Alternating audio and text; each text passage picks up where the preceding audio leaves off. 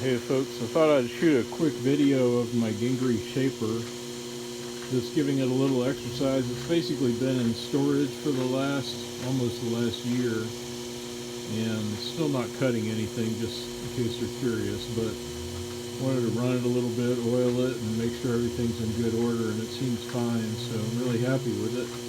I also wanted to point out, I can't remember if I did a update on this stand that I made, but I used basically these steel braces that you can buy at Lowe's and Home Depot. It's Simpson Strong Tie brand. I had a bunch of 2x4s left over from a home construction project, and I thought this would be perfect for a little portable table. You can see I used some bed frame angle iron and some old casters that I had to make it portable, so it makes it nice for storage. I'll be quiet and let you see it run here.